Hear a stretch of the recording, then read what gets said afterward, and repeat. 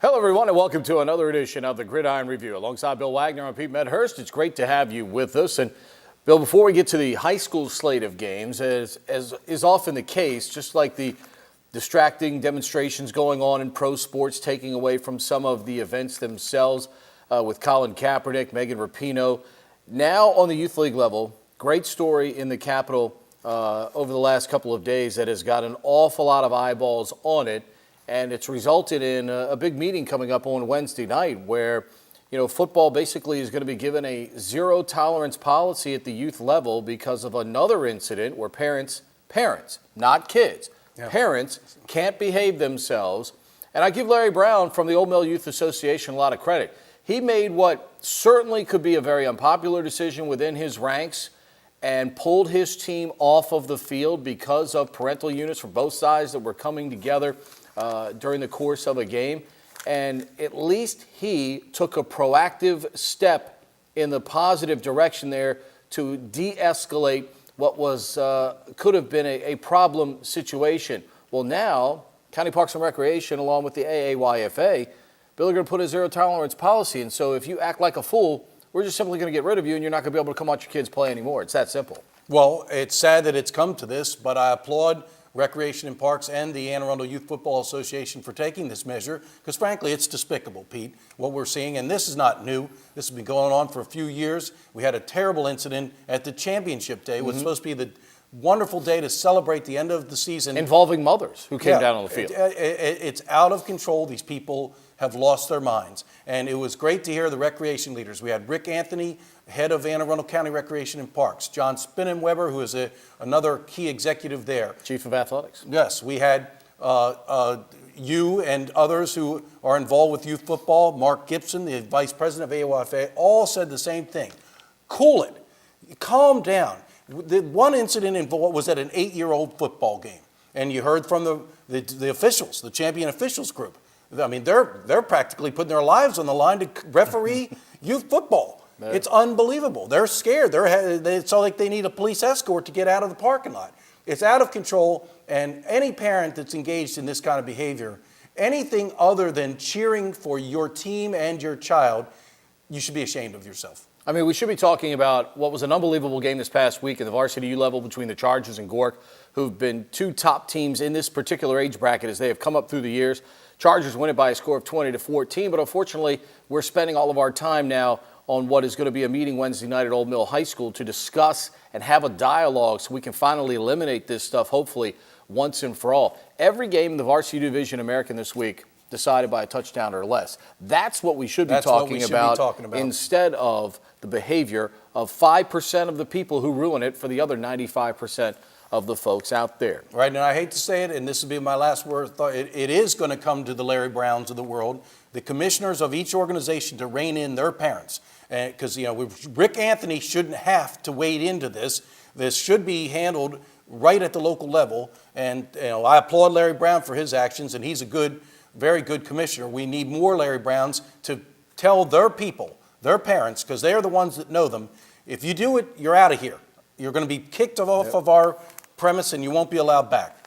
All right, let's move on to the high school slate this past week. We talked about it in week one, but Ryan Sedgwick looks like a guy, Bill, it's the latest guy to step into the plug-and-play system at Arundel and to start putting up those numbers. And what we're seeing here from Arundel is this just may be a year where they're going to have to outscore people. Maybe like Arizona State, Texas Tech the other night, which was 68-55. Right. Perhaps Arundel's got to win every game 50-42, but as long as you get the W, at the end of the season, nobody cares. Well, that's what Chuck Markowitz, the head coach, has got to be concerned about. Last week, they gave up 35 points to a Glen Burnie team that this week was shut out. North County is another team that has not been very potent offensively, and they put up 31. Again, Sedgwick, another huge game. He had 256 yards passing, 6 touchdowns. 5 of those went to Tim Cole. So Tim Cole's a new name to our show. We have to keep an eye on him. But 5 receiving touchdowns, that's nice.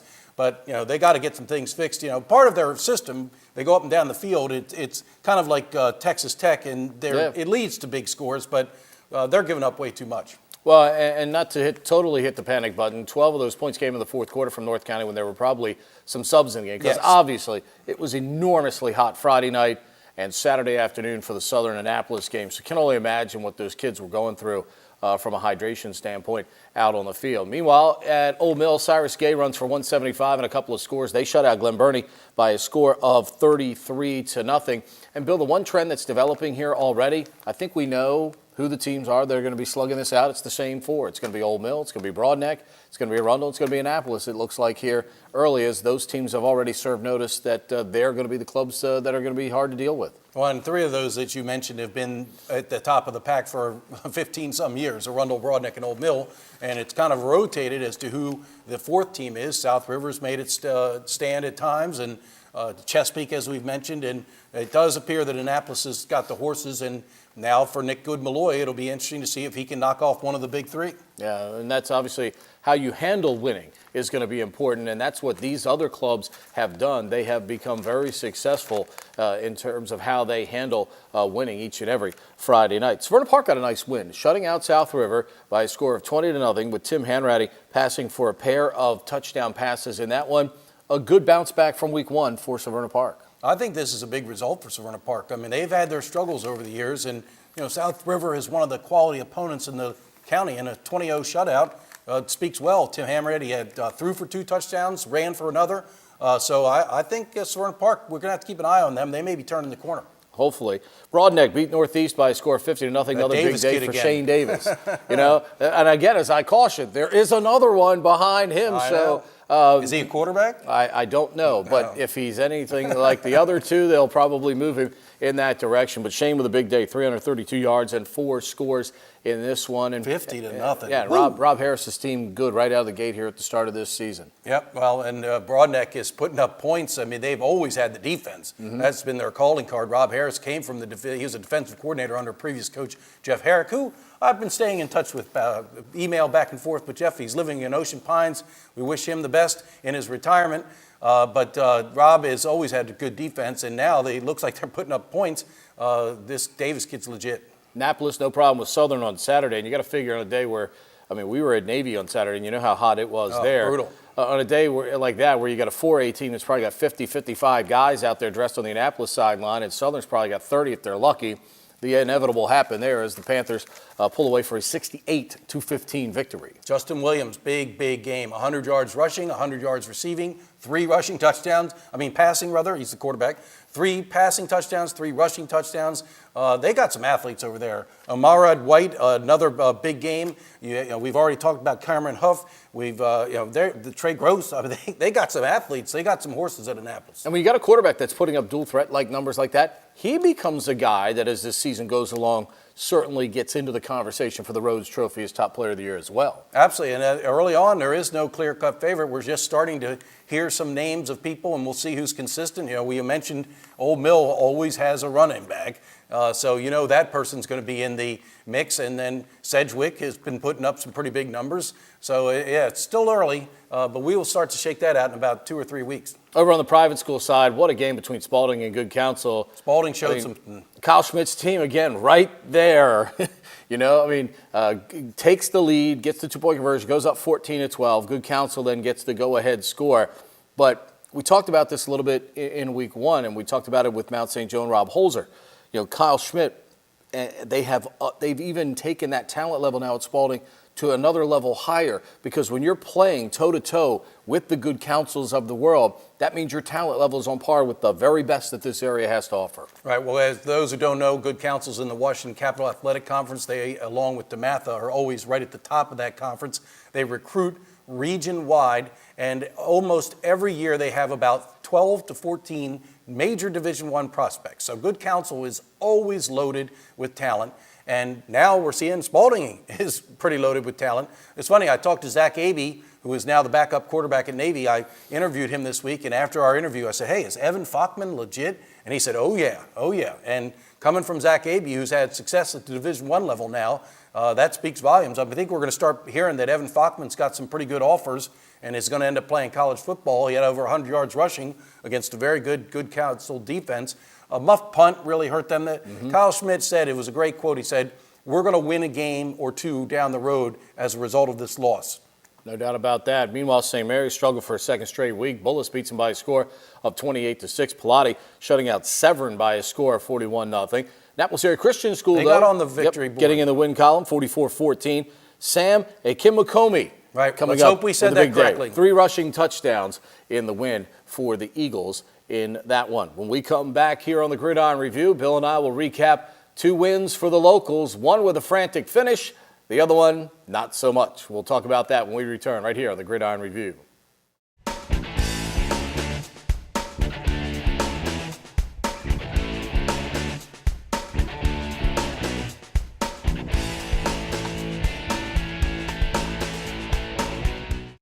Welcome back to the Gridiron Review. Bill, where we were in Annapolis, what a frantic finish between UConn and Navy, where a situation occurred where both teams attempted to call a timeout.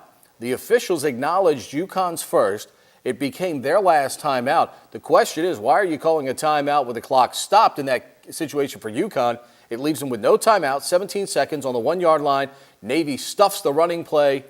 The clock runs out, and Navy escapes 2-0 from Annapolis. Connecticut head coach Bob Diaco has a lot of questions to answer on this one, and frankly, there are no answers. There were like over 1,000 messages on the UConn message board There are about no this answers. game. He screwed up. They had just run a pass play in which the receiver was pushed out of bounds that stopped the clock. They had plenty of time to get lined up. I mean, Brian Sheriff's, their quarterback, is 6'4" and 210 pounds. You run a quarterback dive and then call timeout if he doesn't get in. So the fact that he called his last timeout in that situation, and it was just plain horrible clock management, horrible coaching, and there's no ands or buts about it.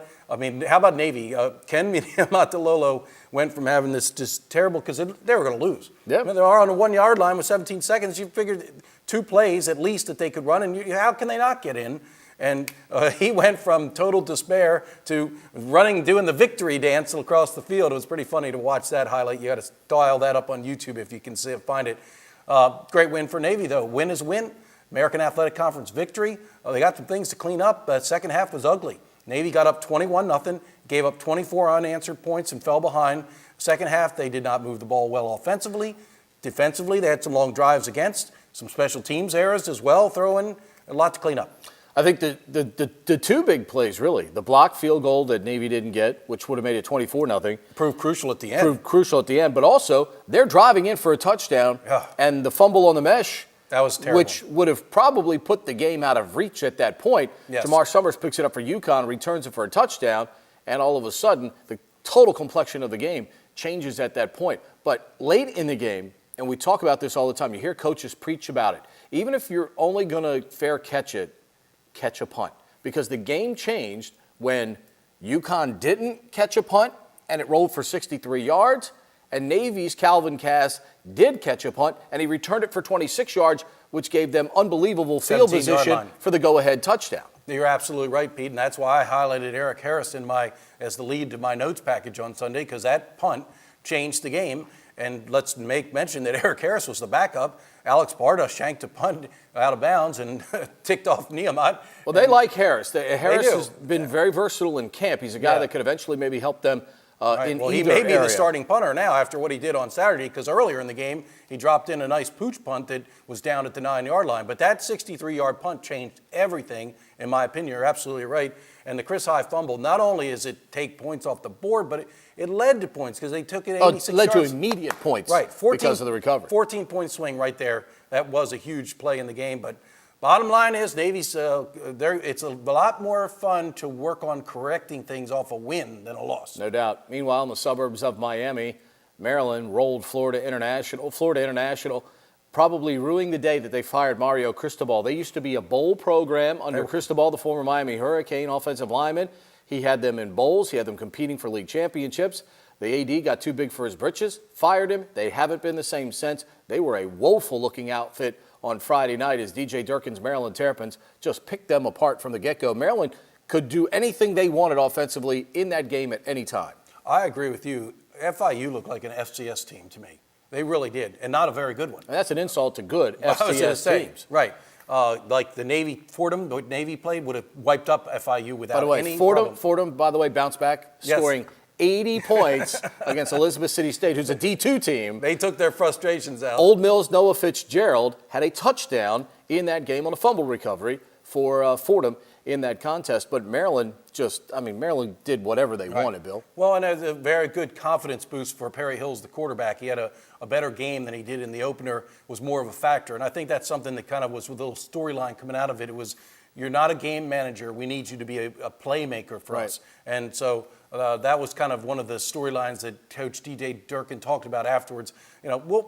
They play Central Florida this week. We'll find out a little bit more about Maryland this week on the road at Central Florida, or is that a college? Right. It's Central Florida. Right. So a good measuring stick. Scott Frost is the new coach at Central Florida. They had a horrible year last year, but they seem to be turning things around. I think we'll get a little better feel for what Maryland's all about this week. Yeah, they won their opener, and then last week played against Michigan, where DJ Durkin, of course, once coached. So I'm sure he'll get a very good scouting report on Central Florida coming up for that game. But you know what, though? I think the good sign is, Bill, this is a game that at times would have frustrated Maryland fans, and there would have not been clean execution. They were on point from the get-go early in this game and left no doubt right away. Right. Well, I believe in DJ Durkin. I think he's a good coach. I think he's assembled a good staff. You got former head coaches like Mike London on that staff.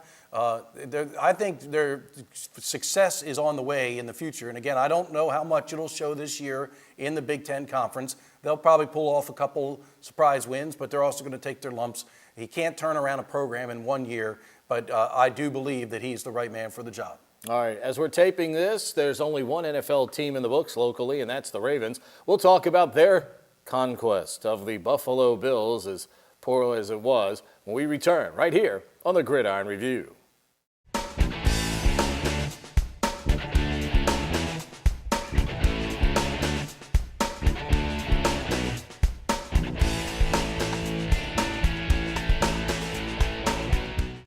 Welcome back to the Gridiron Review. We, of course, tape on Mondays, which means the Redskins and Steelers will play on Monday night. Of course, one of the Steelers' arch rivals, the Baltimore Ravens. And I was kidding with Phil Hoffman, the team photographer for both the Ravens and the Naval Academy. He got a great shot of Mike Wallace's touchdown catch on He Sunday. posted that to Facebook. And I said, it's a good thing you got that one because the rest of the game was like watching acupuncture in your eyes. That's how bad this game was. You Buffalo fans keep believing in Rex Ryan and Tyrod Taylor. The only thing they're going to take you to is 6-10 or 7-9. Joe Flacco, first game with, coming back from the knee. They all say the right things. There was some concern. You're waiting for that one guy to fall into you from the side or something like that. But, all this, we talked about this last week, all this fuss about Justin Forsett, a journeyman running back, and things of that nature. They need Kenneth Dixon back from the knee injury, and obviously he's still going to be out for a couple more weeks. He is going to be a guy that will affect change in the running game. That will eventually, I think, help Flacco and the weapons he now has on the outside. And it was good that Steve Smith got through the game in decent shape because he probably was another guy that, without really pushing off with that explosion in preseason, probably wondering, hey, what do I really have? I think that portion of the Ravens offense is only going to get better as the season goes along, but they need that consistent running game to get going here. Well, I guess let's look at the positives. Number one, Joe Flacco did look pretty good. I mean, he's coming off an ACL. That's a pretty serious injury with surgery and a heck of a lot of rehab, so you never know what you're going to get.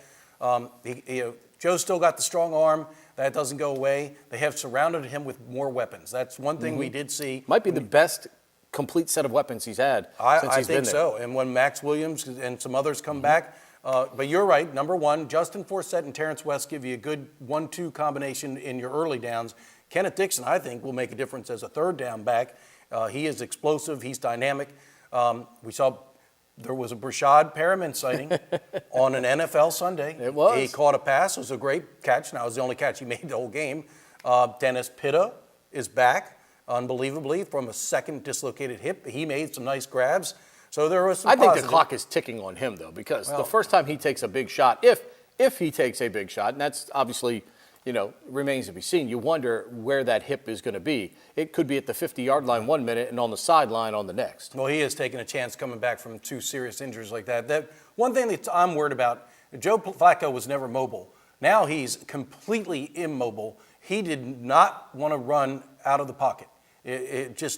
He does not want to scramble. It's so clear. He had an opportunity on one occasion at least that I saw with plenty of running daylight, and he refused to do it. He just stopped. Yeah. And he was going to survey the field and desperately try to throw. He was not going to scramble. You can't have that. Even though Joe Flacco has never been fast or mobile, he's still, if left wide open, you got to go and run. And that's a little bit concerning. Maybe we'll wait and see as the season progresses if he gets a little more confident. But that was a worry with what I saw. Yeah, no doubt about that. And, of course, next week we'll touch on the Redskins game with the Steelers. And, of course, next Sunday, the Redskins welcome in the Dallas Cowboys, who are losers by a point to the Giants this week. We'll take care of our cameraman, Cisco, and get those acupuncture needles out of his eyes as a Ravens fan he is. We'll talk to you next week after another edition of the Gridiron Review. Have a great week, everybody.